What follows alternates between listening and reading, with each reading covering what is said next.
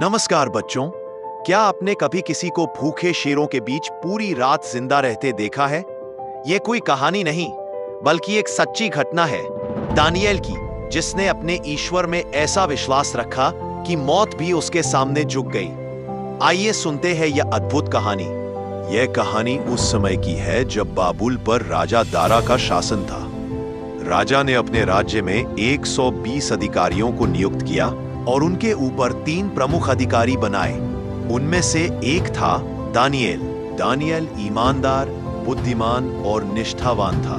राजा उसे पूरे राज्य का प्रमुख बनाना चाहता था। बाकी अधिकारी दानिएल से ईर्ष्या करने लगे, उसे फंसाने की योजना बनाई, पर दानिएल में कोई कमी नहीं मिली। तब उन्होंने सोचा, अगर फंसाना है तो उसके धर्म के जरिए ही फंसाना होगा।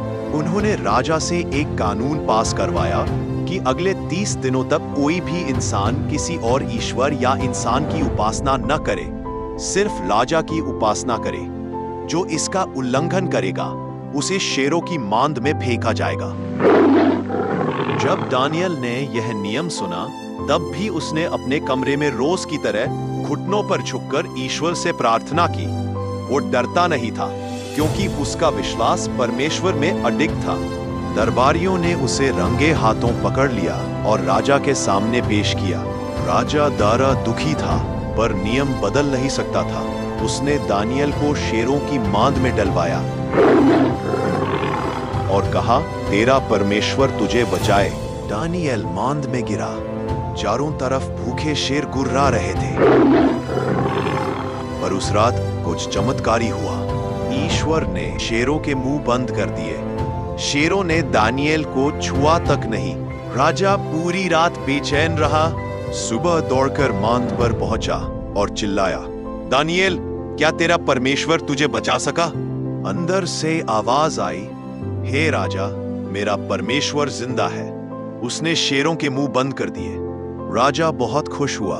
उसने दानिएल को मांद से बाहर निकलवाया। जो दरबारी उसे फंसाना चाहते थे, उन्हें ही शेरों की मांद में डाला गया।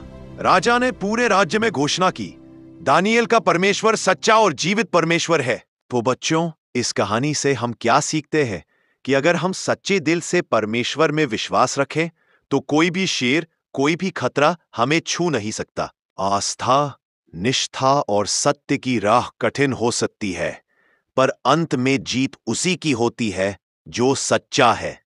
अगर ये कहानी आपको प्रेरणा देती है, तो इसे लाइक करें, शेयर करें और चैनल को सब्सक्राइब करना न भूलें। बेल आइकन दबाएं ताकि अगली कहानी आप तक सबसे